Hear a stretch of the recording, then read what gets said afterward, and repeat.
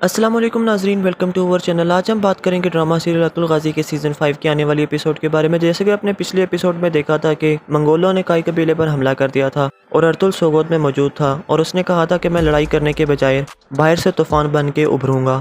इस किस के आगाज़ में काई कबीले का मंजर सामने आता है। मरकजी खेमे में हाइमा खातून कह रही थी, तुम और तुम्हारे कुत्तों ने हमारे कबीले पर क्यों हमला किया है। एलन जाक कहता है, क्या तुम जानती नहीं कि जो चीता अपने साथ घंटी बांध लेता है वो भूखा रह जाता है। मैं तुम्हारे कबीले के लिए खून और आंसू लेकर आया हूँ और तुम लोग इसके हकदार हो। इतने में हकीम आर्तुक पूछता है, तुम हमसे क्या चाहते हो। एलन जाक कहता है कि मैं तुम सबको ज़बह करना चाहता हूँ और फिर तुम्हारे खेमे को जलाकर इस कबीले को तबाह करना चाहता हूँ। क्या ये काफ़ी नहीं है। फिर एलन जाक हाइमा खातून को कहता है, मैं बिल्कुल भी सब्र वाला आदमी नहीं हूँ हाइमा खातून, अब मुझे बताएं कि अर्तुल कहाँ है। हाइमा खातून कहती हैं, हम नहीं जानते कि अर्तुल कहाँ है। अगर तुम हमें मारना चाहते हो तो हम शर्फ के साथ मरेंगे। एलन जाक कहता है, अगर तुम लोग इतने बहादुर हो तो मेरा वादा है कि मैं तुम सबको शर्फ वाली मौत दूंगा। अब मैं दोबारा पूछता हूँ, अर्तुल कहाँ है। हाइमा खातून कहती हैं, मैं नहीं जानती कि तुम मेरे बेटे से क्या चाहते हो, लेकिन मैं जानती हूँ कि तुम कभी उसे पकड़ नहीं सकोगे। फिर गुंदुस कहता है, अगर हमें पता भी होता तो फिर भी हम तुमको ना बताते। फिर सुलेमान कहता है, मेरे बाबा कुंदोगदू बहुत जल्द तुम्हारा सर कुचल देंगे। ये सुनकर एलन जाक कहता है, तो तुम कुंदोगदू के बेटे हो। ये कहकर वो उसे कोड़े मारने लगता है और फिर वो सिलजान खातून को भी गर्दन से पकड़ लेता है। फिर हाइमा खातून कहती हैं कि बस बहुत हो गया, अगर तुम हमें मारना चाहते हो तो मार दो, तुमने वादा किया है कि तुम हमें इज्जत वाली मौत दोगे। एलन जाक रुक जाता है और फिर कहता है, पहले मैं तुम सब लोगों से बात करना चाहता हूँ। इसी दौरान आर्तुर और बम्सी बरकी खान के सफ़ीर से मिलने जा रहे थे। इसके बाद लफ्के किले का मंजर सामने आता है। द्रागोस किले में पहुंच जाता है और उरानोस को बताता है, मंगोलों ने तमाम तुर्क कबीलों पर हमला कर दिया है। उरानोस कहता है, लानत हो, वो कहाँ से आ टपके। द्रागोस कहता है कि यह सब कुछ अचानक हुआ, हर तरफ अफरा तफरी है। उरानोस कहता है, अर्तुल ने इस मुसीबत को खुद दावत दी है, अब वो इसके नताइज भुगतेगा। द्रागोस कहता है, सिर्फ अर्तुल, क्या तुम समझते हो कि मंगोल यहाँ पर नहीं आएंगे। सिपाहियों को कहो कि वो जंग के लिए तैयार हो जाएं और किले की आसपास की हिफाजत को मजबूत बनाएं। उरानोस जाने लगता है तो द्रागोस कहता है, रुको, ये काफ़ी नहीं है, हमें किसी बड़े मंसूबे पर चलना होगा। उरानोस पूछता है, क्या। द्रागोस कहता है, अगर ज़रूरत पड़ी तुम अपने दुश्मनों को भी दोस्त बना सकते हैं उरानोस। ये कहकर वो शराब पीने लगता है। दूसरी तरफ काई कबीला में मंगोल कमांडर हकीम आर्तुक को कह रहा था, तुमने अपनी आंखें कुर्बान कर दी, इससे वाज़ेह होता है कि तुम अर्तुल के कितने वफादार हो। अगर तुमने मेरे सवालों के जवाबात ना दिए तो मैं तुम्हारी ज़ुबान काट दूंगा। हकीम आर्तुक कहता है, शुक्र है कि जो ज़ुबान हमेशा अल्लाह का जिक्र करती है अब वो मुझे शर्मसार नहीं करेगी। ये जान लो कि अर्तुल साहब बहुत करीब हैं, बहुत जल्द उनकी सांसें तुम अपनी गर्दन पर महसूस करोगे। एलन जाक कहता है, तो ये बात है, देखेंगे। इतने में सिरमा कहती है कि अगर आप इजाज़त दें तो मैं कुछ कहना चाहती हूँ। एलन जाक कहता है, बोलो नीली आंखों वाली, तुम क्या कहना चाहती हो। सिरमा कहती है कि मेरा नाम सिरमा है, ये मेरी बहन इल्बिलगे है, हम दोनों उमर कबीले के सरदार बेबोलत की बहनें हैं। मेरी बहन की शादी अर्तुल साहब के साथ होने वाली है। ये सुनकर एलन जाक कहता है, वाह वाह, तो बेबोलत ने काई कबीले को अंदर से फतह करने के लिए अपनी बहन को अर्तुल के बिस्तर में भेज दिया है। फिर एलन जाक कहता है, मेरी नज़रों में वफादार बेबोलत की बहनों के लिए ख़ास जगह है। ये सुनकर सिलजान सख्त गुस्से में हाइमा खातून से कहती है, मैंने आपको बताया था कि उमर कबीले वालों पर एतमाद ना करें। इतने में उस्मान एलन जाक पर हमला कर देता है, लेकिन एलन जाक उस्मान को काबू कर लेता है और उसे गर्दन से पकड़ लेता है। उस्मान अपने आप को छुड़ाने की कोशिश कर रहा होता है, लेकिन उसे बहुत मजबूत काबू किया जाता है। उस्मान बेहोश हो जाता है और ज़मीन पर गिर जाता है। हाइमा खातून और बाकी सब लोग बहुत परेशान होते हैं। फिर एलन जाक सरदार वाली जगह पर बैठ जाता है। दूसरी तरफ अर्तुल साहब और बम्सी जंगल में जा रहे थे कि रास्ते में कुछ आलिम हजरात खड़े थे। अर्तुल उन्हें सलाम करता है और घोड़े से उतरकर पूछता है, क्या बात है हजरत। मौलाना साहब कहते हैं, हमने मंगोलों के हमले के बारे में सुना है। अल्लाह हमें जालिमों के खिलाफ बाजू उठाने और मजलूमों पर रहम खाने का हुक्म देता है। हम आराम से नहीं बैठ सकते, हम सगोत की तरफ जा रहे हैं और आपके लिए हाजिर हैं। अर्तुल कहता है कि सगोत में हमारा झंडा और हमारी अजानें हमारी आज़ादी की अलामत हैं। उनकी हिफाजत के लिए आप जो कुछ भी कर सकते हैं वो करें। आप अपने इल्म और दानाई से लोगों को मजबूत बना सकते हैं। दूसरी तरफ काई कबीले के मरकजी खेमे में उस्मान बेहोश पड़ा था, जबकि हाइमा खातून उसके लिए रो रही थीं। इतने में हकीम आर्तुक कहता है, मुझे उस्मान का मुआयना करने दो कमांडर। एलन जाक कहता है, तुम अपनी अंधी आंखों को जहमत ना दो आर्तुक साहब, वक्त आने पर मैं उस्मान का ख्याल खुद रखूंगा, अब इसे मेरी नज़रों से दूर ले जाओ। ये सुनकर मंगोल सिपाही उस्मान को खींचकर बाहर ले जाने लगते हैं। इतने में गुंदुस बहुत गुस्से में आ जाता है और एलन जाक को कहता है, मैं तुमसे इसका हिसाब लूंगा, हम तुम्हारा सर उस जालिम हुलागू खान की तरफ बचाएंगे। एलन जाक गुस्से में कहता है, तुम्हारी जरूरत कैसे हुई अजीम हुलागू खान का नाम लेने की। ये कहकर वो गुंदुस को पकड़ लेता है और अपने सिपाहियों से कहता है, मुझे तीर कमान दो। सिपाही उसे तीर कमान दे देते हैं। फिर अलंजाक कहता है, एक सरदार के बेटे की मौत रवायात के मुताबिक होनी चाहिए। ये कहकर वो गुंदुस को फंदा लगा देता है और उसका गला घोंटने लगता है। कुछ ही देर में बेबुलत भी मरकजी खेमे में आ जाता है और कुमानदार अलंजाक से कहता है कि रुक जाओ, मेरे पास एक अहम बात है आपको बताने के लिए। ये सुनकर अलंजाक गुंदुस को छोड़ देता है और कहता है, अगर तुम में से किसी ने अपनी हद अबूर की तो महमा खातून से किया हुआ वादा भूल जाऊंगा और तुम सबको एक बहुत ही शर्मनाक मौत दूंगा। तुम मेरे साथ आओ बेबुलत। ये कहकर वो साथ वाले खेमे में चला जाता है। दूसरी तरफ जंगल में अर्तुल बरकी खान के सफ़ीर से मुलाकात कर रहा था। सफ़ीर कह रहा था, हम अपनी फ़ौज लेकर इस इलाके में आ जाएंगे। इस तरह हम हुलागू खान की आधी फ़ौज को जुनूब की तरफ धकेल देंगे और उसके बाद अगला काम आपका होगा। अर्तुल कहता है, हम तुर्क कबीले वाले इलाकों को देखेंगे और बाकी मंगोलों को यहाँ पर काबू कर लेंगे। हुलागू खान की फ़ौज दो हिस्सों में तकसीम हो जाएगी और वो एक दूसरे की मदद नहीं कर पाएंगे। बरकी खान का सफ़ीर कहता है, मेरी ख्वाहिश है कि आप मंगोलों को शिकस्त देने में कामयाब हो जाएं अर्तुल साहब। मैं बरकी खान को खुशखबरी दूंगा कि हमारा मुआहदा हो चुका है। अब मुझे इजाज़त दीजिए। फिर वो सब खड़े हो जाते हैं। बरकी खान का सफ़ीर उन्हें अल्लाह हाफ़िज़ कहकर वहाँ से चला जाता है। फिर अर्तुल कहता है, शुक्र है कि हमारा एक अहम वजीफ़ा मुकम्मल हो चुका है। तुर्गुत कहता है, अब दूसरे की बारी है सरदार, अब हम मंगोलों का क्या करने वाले हैं। अर्तुल कहता है, वो संदूक, उसमें आम मालूमात हासिल करना चाहते हैं वो मंगोल। हर चीज़ संदूक पर मुनहसर है तुर्गुत। इतने में एक बुरकापोश शख्स उनकी तरफ बढ़ने लगता है। तुर्गुत और बमसी उसे रोकने की कोशिश करते हैं लेकिन अर्तुल उन्हें रोक देता है। फिर वो एक आदमी तीर निकालकर सामने कर देता है। ये सफ़ेद दाढ़ी वालों का आदमी था। अर्तुल मुस्कुराने लगता है। इसके बाद काई कबीले का मंजर सामने आता है। हाइमा खातून रोते हुए कह रही थीं, ये गलीज मेरे उस्मान को मार देंगे। इलबिलगे कहती है, आप परेशान मत हो हाइमा वालदा, मेरा भाई आ गया है, वो यकीनन कुछ करेगा। सिलजान कहती है, तुम सोच रही हो कि मंगोलों का कुत्ता तुम्हारा भाई कुछ करेगा। मैं हमेशा जानती थी कि तुम लोग कौन हो, अब हर किसी को पता लग गया है। इलबिलगे कोई जवाब नहीं देती। सिरमा कहती है कि तुम्हें अपने अल्फाज पर पछताना पड़ेगा सिलजान खातून। अगर मेरा भाई ना आता तो गुंदुज आल्प अभी तक मर चुका होता। इतने में हाइमा खातून कहती हैं कि बस बहुत हो गया, वो मेरे पोते को ले गए हैं और तुम अभी भी आपस में लड़ रही हो। साथ वाले खेमे में अलंजाक कह रहा था, तुम्हारा काम उस संदूक को तलाश करना था बेबुलत। बेबुलत कहता है, मैं जानता हूँ, लेकिन अर्तुल उस तरह का आदमी नहीं है कि तुम्हारे हमले से वो तुम्हें कुछ दे देगा। तुम्हें अक्ल से काम लेना होगा, वरना अर्तुल मौत की भी परवाह नहीं करेगा। अलंजाक कहता है, इसीलिए तुम अपनी बहन को अर्तुल के बिस्तर में भेजना चाहते हो। ये सुनकर बेबुलत कुछ गुस्से में आ जाता है। फिर अलंजाक कहता है, ऐसा कुछ भी ना होता अगर तुमने अपनी जिम्मेदारी को पूरा कर लिया होता। अब इन कबीलों को मुझसे कौन बचाएगा। बेबुलत कहता है, यकीनन तुम कई कबीले और दूसरे कबीलों को तबाह कर सकते हो, लेकिन इससे कुछ भी तब्दील नहीं होगा। जब तुम वापस जाओगे तो फिर क्या होगा। अलंजाक पूछता है, क्या मतलब है इस बात का। बेबुलत कहता है, अगर कबीले तबाह हो गए तो तुम लोग हुक्मरानी किस पर करोगे। यहाँ दरागोस और बाज़ंतीन वालों से कौन निपटेगा। मैं अकेला कैसे इस इलाके की हिफाजत करूँगा। और उस टैक्स का क्या होगा जो तुम कबीलों से इकट्ठा करते हो। इसीलिए मैं चाहता हूँ कि तुम कई कबीले और इस इलाके के दूसरे कबीलों को मेरी निगरानी में सौंप दो। अलंजाक कहता है, टैक्स वाला सारा सोना तो तुमने खो दिया है। बेबुलत कहता है, मैं जानता हूँ कि वो किसके पास है। मैं सोना वापस लेकर खुद हुलागू खान के पास ले जाऊँगा। अलंजाक पूछता है, किसके पास है वो सोना। बेबुलत कहता है कि दरागोस के पास। ये सुनकर अलंजाक कहता है, मैं उन गलीज़ों का किला तबाह कर दूँगा।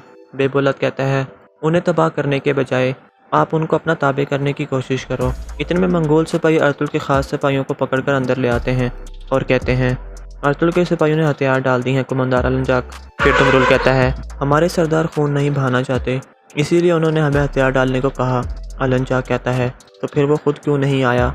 दुमरुल कहता है, उन्होंने कहा है कि वो सही वक्त आने पर यहाँ पर आएंगे, वो लड़ाई नहीं चाहते। फिर अलंजाक कहता है, ले जाओ इनको। मंगोल सिपाही उन्हें पकड़कर बाहर ले जाते हैं। फिर अलंजाक कहता है, तो तुम जानते हो कि सोना कहाँ है, तो तुम तमाम तुर्क कबीलों को अपने हुक्म के नीचे इकट्ठा करो। बेबुलत कहता है, मुझ पर एतमाद रखो, मैं तुम्हें मायूस नहीं करूँगा। दूसरी तरफ अर्तुल उस तीर वाले आदमी के साथ एक जगह पर पहुँचता है जहाँ सफ़ेद दाढ़ी वाले उनका इंतजार कर रहे थे। सलाम दुआ के बाद कौंसल के सरबराह कहते हैं, मैं यहाँ पर 7 सफ़ेद दाढ़ी वालों के नुमाइंदे के तौर पर आया हूँ। मेरे अल्फाज उनके अल्फाज होंगे। मौजूदा हालात का इशारा था कि हम ये जिरगा मुनक़िद करें। इसके बाद वो दोनों बैठ जाते हैं। अर्तुल कहता है, मंगोल कमांडर अलंजाक ने सोगोत पर हमला कर दिया है। दूसरा आदमी कहता है, हम जानते हैं अर्तुल साहब, इस सूरत हाल में हमें नए फैसले लेने होंगे। आप ये जान लें कि अलंजाक हुलागू खान का सबसे जालिम कातिल है। वो अपना मकसद हासिल करने के लिए कोई भी जुल्म करने से बाज नहीं आता। ये सरजमीनें एक बड़ी जंग के इंतज़ार में हैं। अर्तुल कहता है, हम हर किस्म की जंग के लिए तैयार हैं हुजूर। जब वो हमें लाचार समझ रहे हैं। हमने बरकी खान के सफ़ीर के साथ एक मुआहदा कर लिया है। बुजुर्ग आदमी कहता है, ये मुआहदा सही वक्त पर हुआ है। अगर सुल्तान बाइपर्स ने इसे कबूल कर लिया तो हम मंगोलों को दो तरफ से काबू कर लेंगे। ये जंग मंगोलों से इंतकाम भी लेगी और इस्लाम को जिंदा कर देगी। अर्तुल कहता है, मैंने मंगोलों का टैक्स वाला जो सोना हासिल किया है उसे जंग के दौरान तुर्क कबीलों की मदद के लिए इस्तेमाल किया जाएगा। सफ़ेद दाढ़ी वाले बुजुर्ग कहते हैं, ये मुनासिब फैसला है अर्तुल साहब। जंग शुरू होते ही मंगोल तमाम रास्ते बंद कर देंगे और कोई भी चीज़ कबीलों तक नहीं पहुंचने देंगे। तब आपके सोने की अहमियत मज़ीद बढ़ जाएगी। आखिर वो बुजुर्ग कहते हैं, अब आप सियासत से काम लें अर्तुल साहब और दुश्मनों को एक दूसरे के खिलाफ इस्तेमाल करें। इस काम का आगाज़ आप लफ्के किले से शुरू करें। अर्तुल कहता है, मैं भी ऐसा ही खेल खेलना चाहता हूँ। मंगोल संदूक के पीछे हैं और वो उसे हासिल करने के लिए हर किस्म का जुल्म करने के लिए तैयार हैं। सफ़ेद दाढ़ी वाले बुजुर्ग कहते हैं, अब मैं आपको बताता हूँ कि असल में आपको क्या करना है और यहाँ पर किस ख़त्म हो जाती है। अस्सलाम वालेकुम नाजरीन, वेलकम टू अवर चैनल। आज हम बात करेंगे ड्रामा सीरियल अतुल गाजी के सीज़न 5 के आने वाली एपिसोड के बारे में। जैसे कि आपने पिछले एपिसोड में देखा था कि मंगोलों ने काई कबीले पर हमला कर दिया था और अर्तुल सोगोत में मौजूद था और उसने कहा था कि मैं लड़ाई करने के बजाय बाहर से तूफान बन के उभरूंगा। इस किस्से के आगाज़ में काई कबीले का मंजर सामने आता है। मरकजी खेमे में हाइमा खातून कह रही थी, तुम और तुम्हारे कुत्तों ने हमारे कबीले पर क्यों हमला किया है। एलेंजाक कहता है, क्या तुम जानती नहीं कि जो चीता अपने साथ घंटी बांध लेता है वो भूखा रह जाता है। मैं तुम्हारे कबीले के लिए खून और आंसू लेकर आया हूँ और तुम लोग इसके हकदार हो। इतने में हकीम आर्तुक पूछता है, तुम हमसे क्या चाहते हो। एलेंजाक कहता है कि मैं तुम सबको ज़बह करना चाहता हूँ और फिर तुम्हारे खेमे को जलाकर इस कबीले को तबाह करना चाहता हूँ। क्या ये काफ़ी नहीं है। फिर एलेंजाक हाइमा खातून को कहता है, मैं बिल्कुल भी सब्र वाला आदमी नहीं हूँ हाइमा खातून, अब मुझे बताएं कि अर्तुल कहाँ है। हाइमा खातून कहती हैं, हम नहीं जानते कि अर्तुल कहाँ है। अगर तुम हमें मारना चाहते हो तो हम शर्फ के साथ मरेंगे। एलेंजाक कहता है, अगर तुम लोग इतने बहादुर हो तो मेरा वादा है कि मैं तुम सबको शर्फ वाली मौत दूंगा। अब मैं दोबारा पूछता हूँ, अर्तुल कहाँ है। हाइमा खातून कहती हैं, मैं नहीं जानती कि तुम मेरे बेटे से क्या चाहते हो, लेकिन मैं जानती हूँ कि तुम कभी उसे पकड़ नहीं सकोगे। फिर गुंदुस कहता है, अगर हमें पता भी होता तो फिर भी हम तुमको ना बताते। फिर सुलेमान कहता है, मेरे बाबा कुंदोगदू बहुत जल्द तुम्हारा सर कुचल देंगे। ये सुनकर एलेंजाक कहता है, तो तुम कुंदोगदू के बेटे हो। ये कहकर वो उसे कोड़े मारने लगता है और फिर वो सिलजान खातून को भी गर्दन से पकड़ लेता है। फिर हाइमा खातून कहती हैं कि बस बहुत हो गया, अगर तुम हमें मारना चाहते हो तो मार दो। तुमने वादा किया है कि तुम हमें इज्जत वाली मौत दोगे। एलेंजाक रुक जाता है और फिर कहता है, पहले मैं तुम सब लोगों से बात करना चाहता हूँ। इसी दौरान अर्तुल और बमसी बरकी खान के सफ़ीर से मिलने जा रहे थे। इसके बाद लफ्के किले का मंजर सामने आता है। द्रागोस किले में पहुंच जाता है और उरानोस को बताता है, मंगोलों ने तमाम तुर्क कबीलों पर हमला कर दिया है। उरानोस कहता है, लानत हो, वो कहाँ से आ टपके। द्रागोस कहता है कि यह सब कुछ अचानक हुआ, हर तरफ अफरा तफरी है। उरानोस कहता है, अर्तुल ने इस मुसीबत को खुद दावत दी है, अब वो इसके नताइज भुगतेगा। द्रागोस कहता है, सिर्फ अर्तुल, क्या तुम समझते हो कि मंगोल यहाँ पर नहीं आएंगे। सिपाहियों को कहो कि वो जंग के लिए तैयार हो जाएं और किले की आसपास की हिफाजत को मजबूत बनाएं। उरानोस जाने लगता है तो द्रागोस कहता है, रुको, ये काफ़ी नहीं है, हमें किसी बड़े मंसूबे पर चलना होगा। उरानोस पूछता है, क्या। द्रागोस कहता है, अगर ज़रूरत पड़ी तुम अपने दुश्मनों को भी दोस्त बना सकते हैं उरानोस। ये कहकर वो शराब पीने लगता है। दूसरी तरफ काई कबीला में मंगोल कमांडर हकीम आर्तुक को कह रहा था, तुमने अपनी आंखें कुर्बान कर दी। इससे वाज़ेह होता है कि तुम अर्तुल के कितने वफादार हो। अगर तुमने मेरे सवालों के जवाबात ना दिए तो मैं तुम्हारी ज़ुबान काट दूंगा। हकीम आर्तुक कहता है, शुक्र है कि जो ज़ुबान हमेशा अल्लाह का जिक्र करती है अब वो मुझे शर्मसार नहीं करेगी। ये जान लो कि अर्तुल साहब बहुत करीब हैं, बहुत जल्द उनकी सांसें तुम अपनी गर्दन पर महसूस करोगे। एलेंजाक कहता है, तो ये बात है, देखेंगे। इतने में सिरमा कहती है कि अगर आप इजाज़त दें तो मैं कुछ कहना चाहती हूँ। एलेंजाक कहता है, बोलो नीली आंखों वाली, तुम क्या कहना चाहती हो। सिरमा कहती है कि मेरा नाम सिरमा है, ये मेरी बहन इल्बिलगे है, हम दोनों उमर कबीले के सरदार बेबोलत की बहनें हैं। मेरी बहन की शादी अर्तुल साहब के साथ होने वाली है। ये सुनकर एलेंजाक कहता है, वाह वाह। तो बेबोलत ने काई कबीले को अंदर से फतह करने के लिए अपनी बहन को अर्तुल के बिस्तर में भेज दिया है।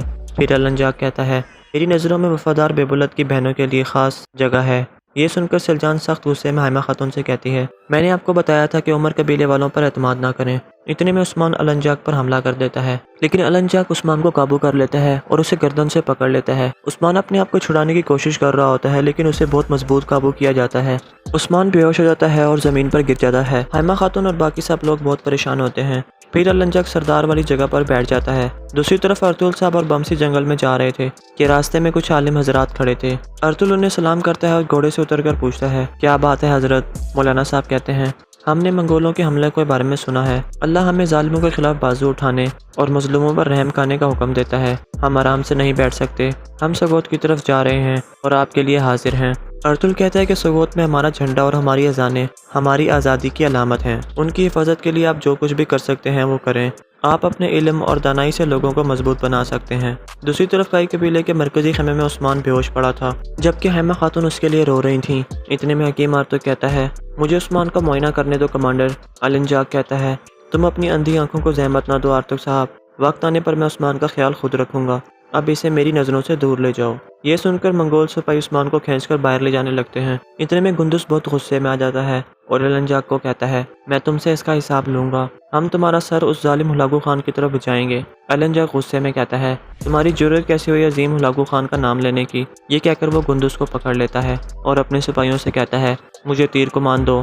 सिपाही उसे तीर कमान दे देते हैं। फिर अलंजाक कहता है, एक सरदार के बेटे की मौत रवायात के मुताबिक होनी चाहिए। ये कहकर वो गुंदुस को फंदा लगा देता है और उसका गला घोंटने लगता है। कुछ ही देर में बेबुल आदमी मरकजी खेमे में आ जाता है और कुमांदार अलंजाक से कहता है कि रुक जाओ, मेरे पास एक अहम बात है आपको बताने के लिए। ये सुनकर अलंजाक गुंदुस को छोड़ देता है और कहता है, अगर तुम में से किसी ने अपनी हद अबूर की तो मैं हैमा खातून से किया हुआ वादा भूल जाऊंगा और तुम सबको एक बहुत ही शर्मनाक मौत दूंगा। तुम मेरे साथ आओ बेबोलत। ये कहकर वो साथ वाले खेमे में चला जाता है। दूसरी तरफ जंगल में अर्तुल बरकी खान के सफीर से मुलाकात कर रहा था। सफीर कह रहा था, हम अपनी फौज लेकर इस इलाके में आ जाएंगे। इस तरह हम हुलागू खान की आधी फौज को जुनूब की तरफ धकेल देंगे और उसके बाद अगला काम आपका होगा। अर्तुल कहता है, हम तुर्क कबीले वाले इलाकों को देखेंगे और बाकी मंगोलों को यहाँ पर काबू कर लेंगे। हुलागू खान की फौज दो हिस्सों में तकसीम हो जाएगी और वो एक दूसरे की मदद नहीं कर पाएंगे। बरकी खान का सफीर कहता है, मेरी ख्वाहिश है कि आप मंगोलों को शिकस्त देने में कामयाब हो जाएं अर्तुल साहब।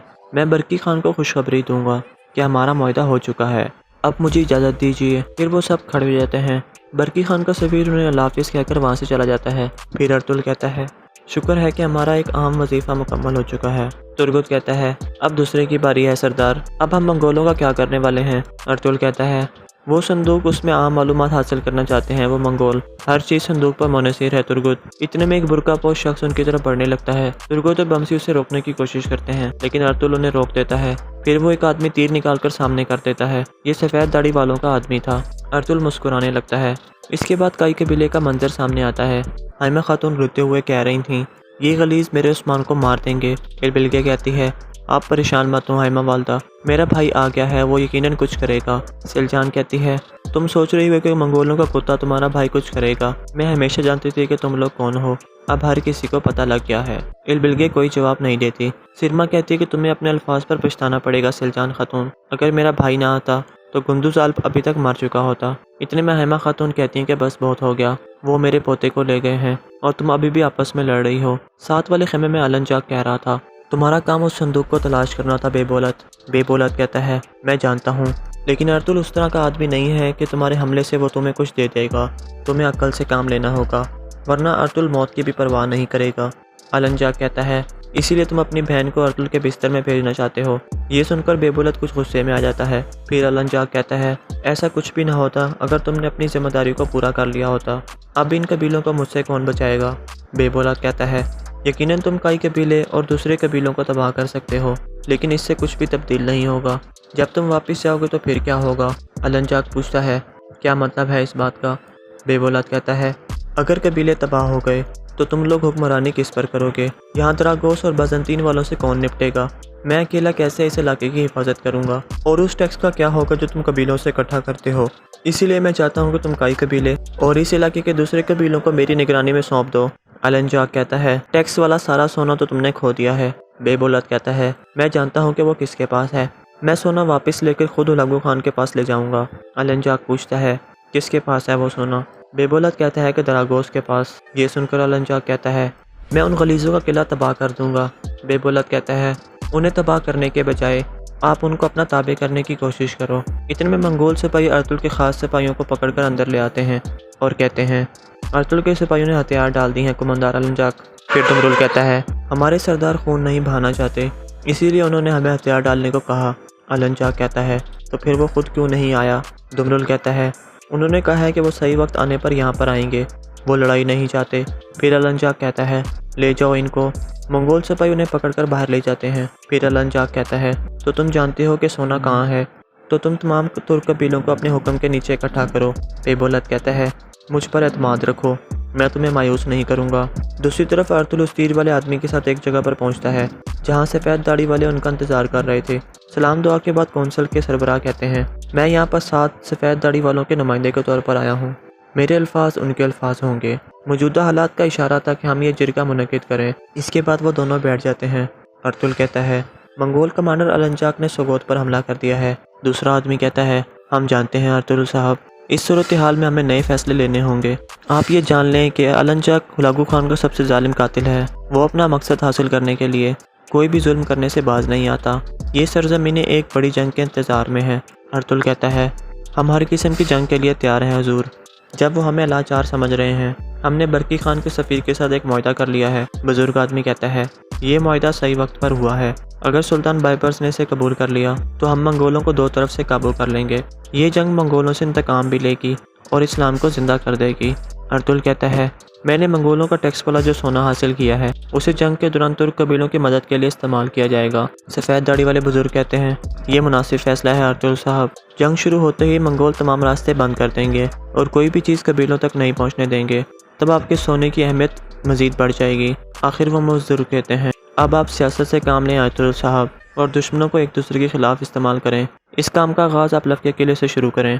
अर्तुल कहता है, मैं भी ऐसा ही खेल खेलना चाहता हूँ। मंगोल संदूक के पीछे हैं और वो उसे हासिल करने के लिए हर किस्म का जुल्म करने के लिए तैयार हैं। सफ़ेद दाढ़ी वाले बुजुर्ग कहते हैं, अब मैं आपको बताता हूँ कि असल में आपको क्या करना है और यहाँ पर किस ख़त्म हो जाती है।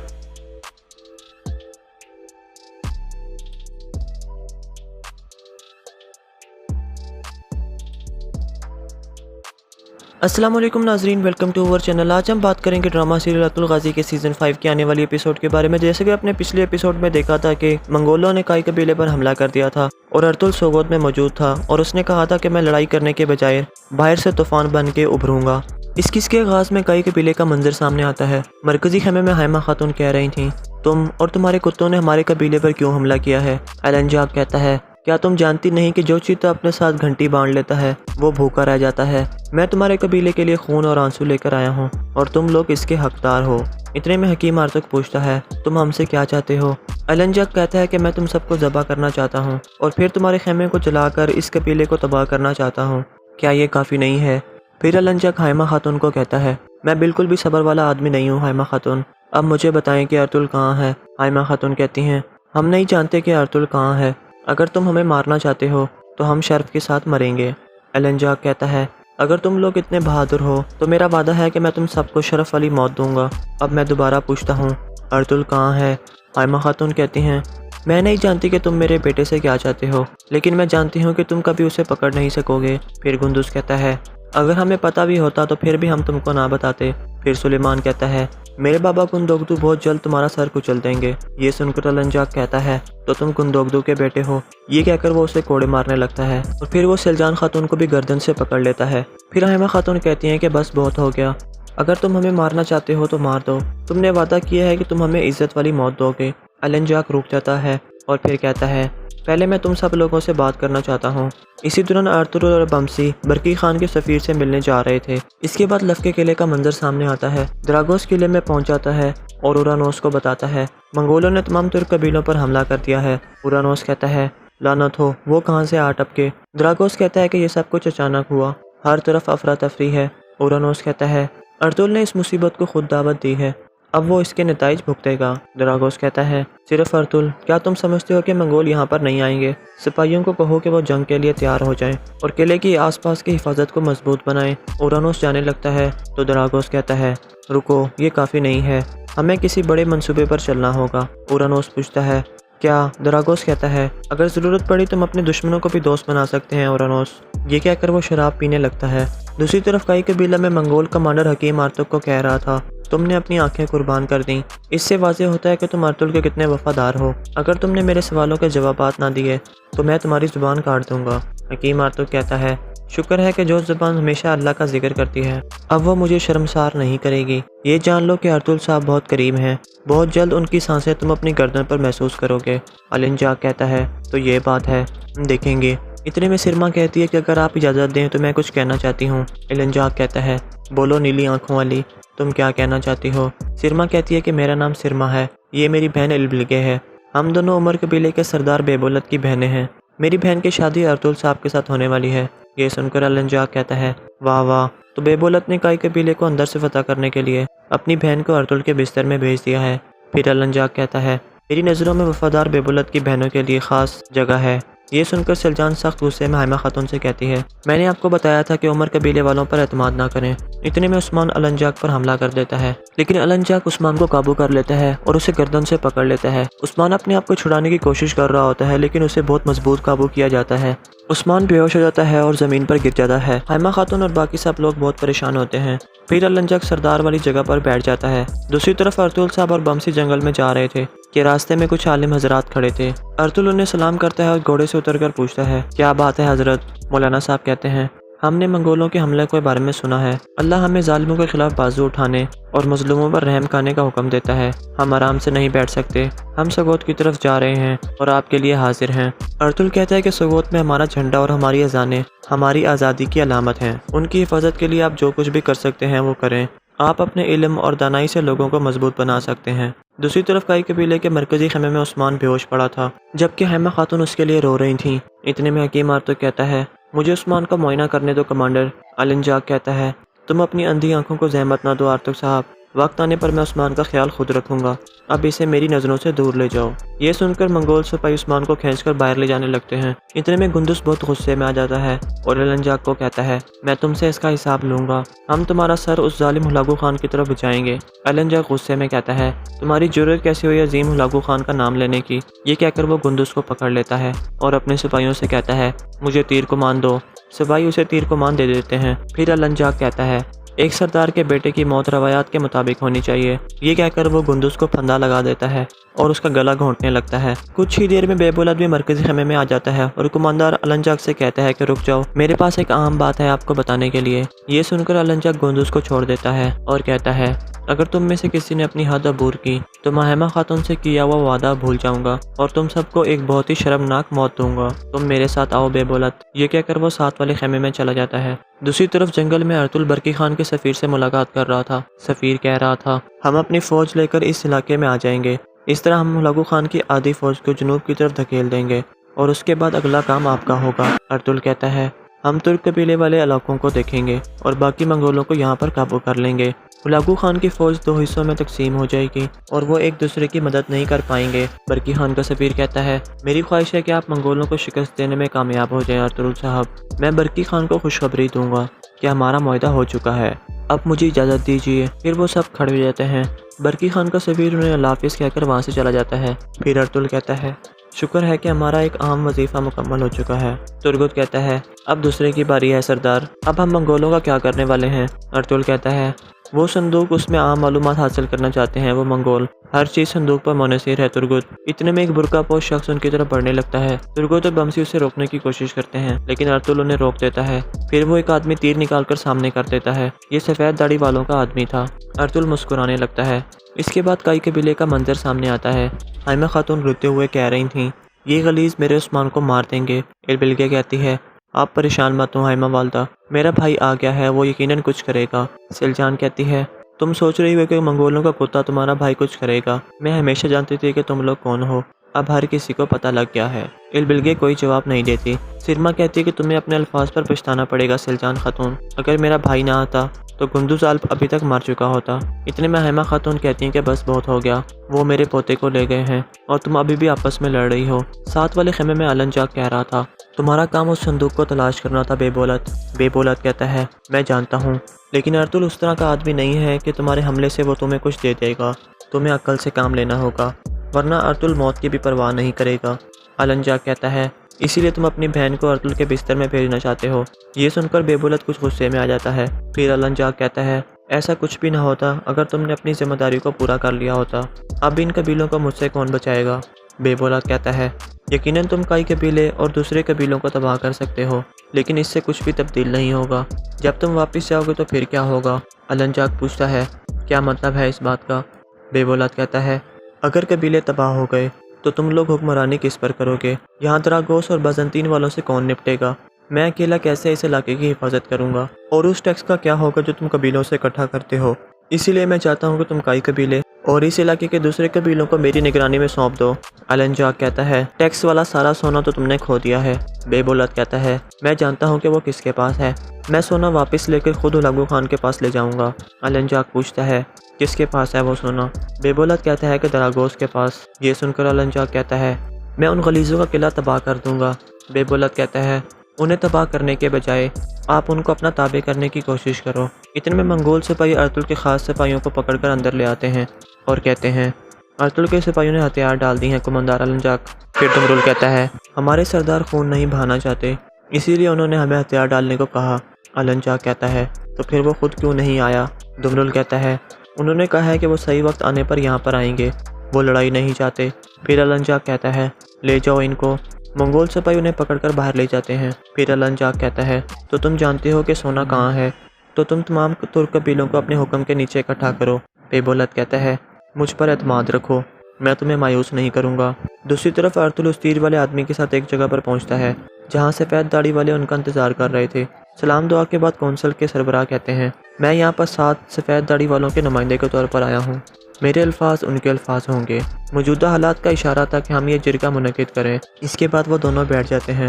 अर्तुल कहता है, मंगोल कमांडर अलंजाक ने सोगोत पर हमला कर दिया है। दूसरा आदमी कहता है, हम जानते हैं अर्तुल साहब, इस सूरत हाल में हमें नए फैसले लेने होंगे। आप ये जान लें कि अलंजाक हुलागू खान का सबसे जालिम कातिल है। वो अपना मकसद हासिल करने के लिए कोई भी जुल्म करने से बाज नहीं आता। ये सरजमीनें एक बड़ी जंग के इंतज़ार में है। अर्तुल कहता है, हम हर किस्म की जंग के लिए तैयार हैं हुजूर। जब वो हमें लाचार समझ रहे हैं, हमने बरकी खान के सफ़ीर के साथ एक मुआहदा कर लिया है। बुजुर्ग आदमी कहता है, ये मुआहदा सही वक्त पर हुआ है। अगर सुल्तान बाइपर्स ने इसे कबूल कर लिया तो हम मंगोलों को 2 तरफ से काबू कर लेंगे। ये जंग मंगोलों से इंतकाम भी लेगी और इस्लाम को जिंदा कर देगी। अर्तुल कहता है, मैंने मंगोलों का टैक्स वाला जो सोना हासिल किया है उसे जंग के दौरान तुर्क कबीलों की मदद के लिए इस्तेमाल किया जाएगा। सफ़ेद दाढ़ी वाले बुजुर्ग कहते हैं, ये मुनासिब फैसला है अर्तुल साहब। जंग शुरू होते ही मंगोल तमाम रास्ते बंद कर देंगे और कोई भी चीज़ कबीलों तक नहीं पहुंचने देंगे। तब आपके सोने की अहमियत मज़ीद बढ़ जाएगी। आखिर वो मुज़्ज़र कहते हैं, अब आप सियासत से काम लें अर्तुल साहब और दुश्मनों को एक दूसरे के खिलाफ इस्तेमाल करें। इस काम का आगाज़ आप लफ के किले से शुरू करें। अर्तुल कहता है, मैं भी ऐसा ही खेल खेलना चाहता हूँ। मंगोल संदूक के पीछे हैं और वो उसे हासिल करने के लिए हर किस्म का जुल्म करने के लिए तैयार हैं। सफ़ेद दाढ़ी वाले बुजुर्ग कहते हैं, अब मैं आपको बताता हूँ कि असल में आपको क्या करना है और यहाँ पर किस ख़त्म हो जाती है।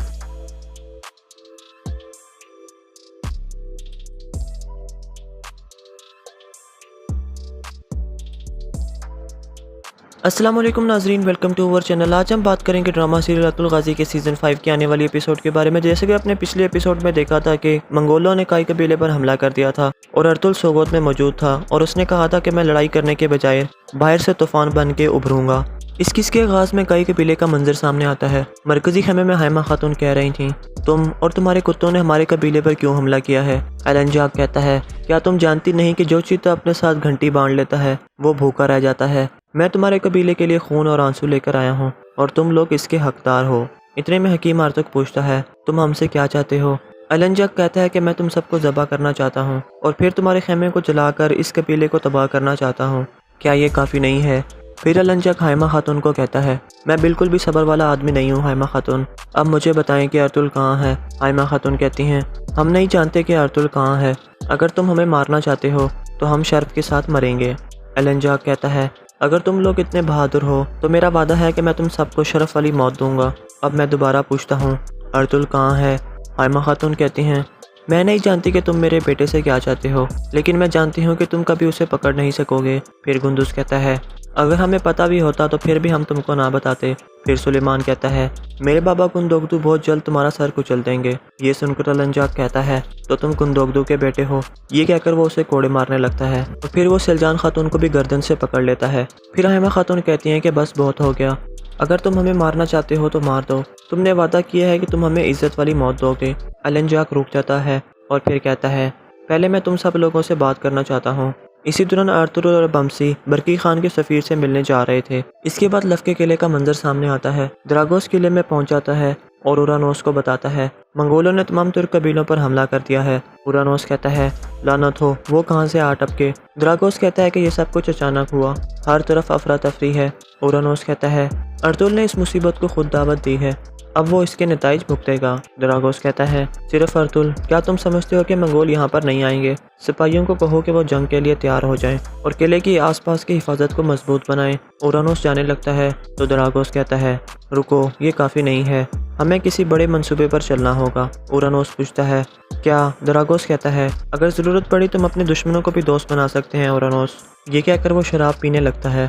दूसरी तरफ काई कबीला में मंगोल कमांडर हकीम आर्तुक को कह रहा था तुमने अपनी आंखें कुर्बान कर दी, इससे वाज़ेह होता है कि तुम अर्तुल के कितने वफादार हो। अगर तुमने मेरे सवालों के जवाबात ना दिए तो मैं तुम्हारी ज़ुबान काट दूंगा। हकीम आर्तुक कहता है शुक्र है कि जो ज़ुबान हमेशा अल्लाह का जिक्र करती है अब वो मुझे शर्मसार नहीं करेगी। ये जान लो कि अर्तुल साहब बहुत करीब हैं, बहुत जल्द उनकी सांसें तुम अपनी गर्दन पर महसूस करोगे। अलिंजाक कहता है तो ये बात है, हम देखेंगे। इतने में सिरमा कहती है कि अगर आप इजाज़त दें तो मैं कुछ कहना चाहती हूँ। अलिंजाक कहता है बोलो नीली आंखों वाली, तुम क्या कहना चाहती हो? सिरमा कहती है कि मेरा नाम सिरमा है, ये मेरी बहन इल्बिलगे है, हम दोनों उमर कबीले के सरदार बेबोलत की बहनें हैं। मेरी बहन की शादी अर्तुल साहब के साथ होने वाली है। ये सुनकर अलिंजाक कहता है वाह वाह, तो बेबोलत ने काई कबीले को अंदर से फतह करने के लिए अपनी बहन को अर्तुल के बिस्तर में भेज दिया है। फिर अलिंजाक कहता है मेरी नज़रों में वफादार बेबोलत की बहनों के लिए ख़ास जगह है। ये सुनकर सलजान सख्त गुस्से में हाइमा खातून से कहती है मैंने आपको बताया था कि उमर कबीले वालों पर एतमाद ना करें। इतने में उस्मान अलिंजाक पर हमला कर देता है, लेकिन अलिंजाक उस्मान को काबू कर लेता है और उसे गर्दन से पकड़ लेता है। उस्मान अपने आप को छुड़ाने की कोशिश कर रहा होता है लेकिन उसे बहुत मजबूत काबू किया जाता है। उस्मान बेहोश हो जाता है और ज़मीन पर गिर जाता है। हाइमा खातून और बाकी सब लोग बहुत परेशान होते हैं। फिर अलिंजाक सरदार वाली जगह पर बैठ जाता है। दूसरी तरफ अर्तुल साहब और बमसी जंगल में जा रहे थे कि रास्ते में कुछ आलिम हजरात खड़े थे। अर्तुल उन्हें सलाम करता है और घोड़े से उतरकर पूछता है क्या बात है हजरत? मौलाना साहब कहते हैं हमने मंगोलों के हमले के बारे में सुना है। अल्लाह हमें जालिमों के खिलाफ बाजू उठाने और मजलूमों पर रहम खाने का हुक्म देता है। हम आराम से नहीं बैठ सकते, हम सगोत की तरफ जा रहे हैं और आपके लिए हाजिर हैं। अर्तुल कहता है कि सगोत में हमारा झंडा और हमारी अजानें हमारी आज़ादी की अलामत हैं। उनकी हिफाजत के लिए आप जो कुछ भी कर सकते हैं वो करें। आप अपने इल्म और दानाई से लोगों को मजबूत बना सकते हैं। दूसरी तरफ काई कबीले के मरकजी खेमे में उस्मान बेहोश पड़ा था जबकि हैमा खातून उसके लिए रो रही थीं। इतने में हकीम आर्तुक कहता है मुझे उस्मान का मुआयना करने दो कमांडर। अलिंजाक कहता है तुम अपनी अंधी आंखों को जहमत ना दो आर्तुक साहब, वक्त आने पर मैं उस्मान का ख्याल खुद रखूंगा, अब इसे मेरी नज़रों से दूर ले जाओ। ये सुनकर मंगोल सिपाही उस्मान को खींचकर बाहर ले जाने लगते हैं। इतने में गुंदुस बहुत गुस्से में आ जाता है और अलिंजाक को कहता है मैं तुमसे इसका हिसाब लूंगा, हम तुम्हारा सर उस जालिम हुलागू खान की तरफ बचाएंगे। अलिंजाक गुस्से में कहता है तुम्हारी जुर्रत कैसी हुई अजीम हुलागू खान का नाम लेने की? ये कहकर वो गुंदुस को पकड़ लेता है और अपने सिपाहियों से कहता है मुझे तीर कमान दो। सिपाही उसे तीर कमान दे देते हैं। फिर अलिंजाक कहता है एक सरदार के बेटे की मौत रवायात के मुताबिक होनी चाहिए। ये कहकर वो गुंदुस को फंदा लगा देता है और उसका गला घोंटने लगता है। कुछ ही देर में बेबोलत भी मरकजी खेमे में आ जाता है और कमांडर अलिंजाक से कहता है कि रुक जाओ, मेरे पास एक अहम बात है आपको बताने के लिए। ये सुनकर अलिंजाक गुंदुस को छोड़ देता है और कहता है अगर तुम में से किसी ने अपनी हद अबूर की तो मैं हैमा खातून से किया हुआ वादा भूल जाऊंगा और तुम सबको एक बहुत ही शर्मनाक मौत दूंगा। तुम मेरे साथ आओ बेबोलत। ये कहकर वो साथ वाले खेमे में चला जाता है। दूसरी तरफ जंगल में अर्तुल बरकी खान के सफ़ीर से मुलाकात कर रहा था। सफ़ीर कह रहा था हम अपनी फ़ौज लेकर इस इलाके में आ जाएंगे, इस तरह हम हुलागू खान की आधी फ़ौज को जुनूब की तरफ धकेल देंगे और उसके बाद अगला काम आपका होगा। अर्तुल कहता है हम तुर्क कबीले वाले इलाकों को देखेंगे और बाकी मंगोलों को यहाँ पर काबू कर लेंगे। हुलागू खान की फ़ौज दो हिस्सों में तकसीम हो जाएगी और वो एक दूसरे की मदद नहीं कर पाएंगे। बरकी खान का सफ़ीर कहता है मेरी ख्वाहिश है कि आप मंगोलों को शिकस्त देने में कामयाब हो जाएं अर्तुल साहब। मैं बरकी खान को खुशखबरी दूंगा कि हमारा मुआहदा हो चुका है, अब मुझे इजाज़त दीजिए। फिर वो सब खड़े हो जाते हैं। बरकी खान का सफ़ीर उन्हें अल्लाह हाफ़िज़ कहकर वहाँ से चला जाता है। फिर अर्तुल कहता है शुक्र है कि हमारा एक अहम वजीफ़ा मुकम्मल हो चुका है। तुर्गुत कहता है अब दूसरे की बारी है सरदार, अब हम मंगोलों का क्या करने वाले हैं? अर्तुल कहता है वो संदूक, उसमें आम मालूमात हासिल करना चाहते हैं वो मंगोल, हर चीज़ संदूक पर मुनहसर है। तुर्गुत। इतने में एक बुरका पोश शख्स उनकी तरफ बढ़ने लगता है। तुर्गुत और बमसी उसे रोकने की कोशिश करते हैं लेकिन अर्तुल उन्हें रोक देता है। फिर वो एक आदमी तीर निकालकर सामने कर देता है। ये सफ़ेद दाढ़ी वालों का आदमी था। अर्तुल मुस्कुराने लगता है। इसके बाद काई कबीले का मंजर सामने आता है। हाइमा खातून रोते हुए कह रही थीं ये गलीज़ मेरे उस्मान को मार देंगे। इल्बिलगे कहती है आप परेशान मत हो हाइमा वालदा, मेरा भाई आ गया है, वो यकीनन कुछ करेगा। सिलजान कहती है, तुम सोच रही हो कि मंगोलों का कुत्ता तुम्हारा भाई कुछ करेगा? मैं हमेशा जानती थी कि तुम लोग कौन हो, अब हर किसी को पता लग गया है। इलबिलगे कोई जवाब नहीं देती। सिरमा कहती है कि तुम्हें अपने अल्फाज पर पछताना पड़ेगा सिलजान खातून, अगर मेरा भाई ना आता तो गुंदुज आल्प अभी तक मर चुका होता। इतने में हाइमा खातून कहती हैं कि बस बहुत हो गया, वो मेरे पोते को ले गए हैं और तुम अभी भी आपस में लड़ रही हो। साथ वाले खेमे में अलन जाग कह रहा था, तुम्हारा काम उस संदूक को तलाश करना था बेबोलत। बेबोलत कहता है, मैं जानता हूँ, लेकिन अर्तुल उस तरह का आदमी नहीं है कि तुम्हारे हमले से वो तुम्हें कुछ दे देगा। तुम्हें अक्ल से काम लेना होगा, वरना अर्तुल मौत की भी परवाह नहीं करेगा। अलन जाग कहता है, इसीलिए तुम अपनी बहन को अर्तुल के बिस्तर में भेजना चाहते हो। ये सुनकर बेबोलत कुछ गुस्से में आ जाता है। फिर अलन जाग कहता है, ऐसा कुछ भी ना होता अगर तुमने अपनी जिम्मेदारी को पूरा कर लिया होता। अब इन कबीलों को मुझसे कौन बचाएगा?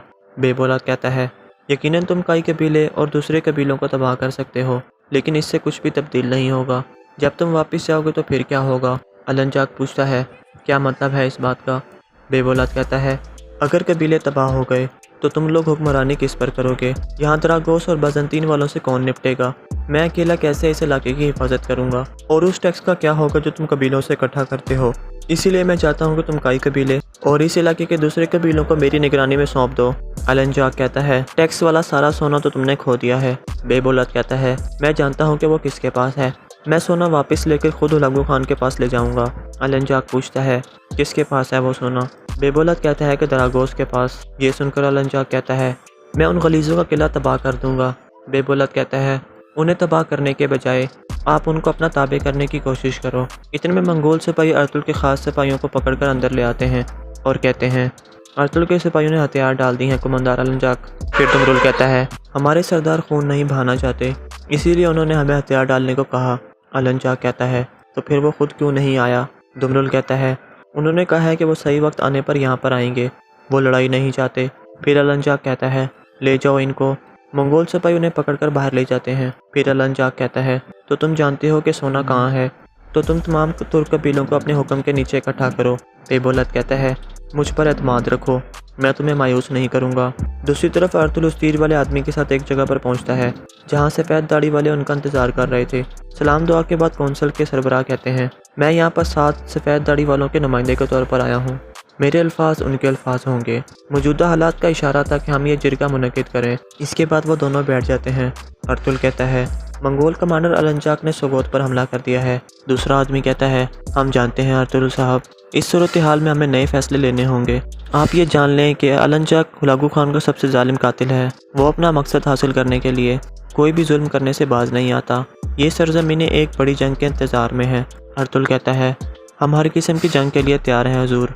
जब वो हमें लाचार समझ रहे हैं, हमने बरकी खान के सफ़ीर के साथ एक मुआहदा कर लिया है। बुजुर्ग आदमी कहता है, ये मुआहदा सही वक्त पर हुआ है। अगर सुल्तान बाइपर्स ने इसे कबूल कर लिया तो हम मंगोलों को 2 तरफ से काबू कर लेंगे। ये जंग मंगोलों से इंतकाम भी लेगी और इस्लाम को ज़िंदा कर देगी। अर्तुल कहता है, मैंने मंगोलों का टैक्स वाला जो सोना हासिल किया है उसे जंग के दौरान तुर्क कबीलों की मदद के लिए इस्तेमाल किया जाएगा। सफ़ेद दाढ़ी वाले बुजुर्ग कहते हैं, ये मुनासिब फैसला है अर्तुल साहब। जंग शुरू होते ही मंगोल तमाम रास्ते बंद कर देंगे और कोई भी चीज़ कबीलों तक नहीं पहुंचने देंगे। तब आपके सोने की अहमियत मज़ीद बढ़ जाएगी। आखिर वो मुज़्ज़र कहते हैं, अब आप सियासत से काम लें अर्तुल साहब और दुश्मनों को एक दूसरे के खिलाफ इस्तेमाल करें। इस काम का आगाज़ आप लफ्ज़ किले से शुरू करें। अर्तुल कहता है, मैं भी ऐसा ही खेल खेलना चाहता हूँ। मंगोल संदूक के पीछे हैं और वो उसे हासिल करने के लिए हर किस्म का जुल्म करने के लिए तैयार हैं। सफ़ेद दाढ़ी वाले बुजुर्ग कहते हैं, अब मैं आपको बताता हूँ कि असल में आपको क्या करना है और यहाँ पर किस ख़त्म हो जाती है।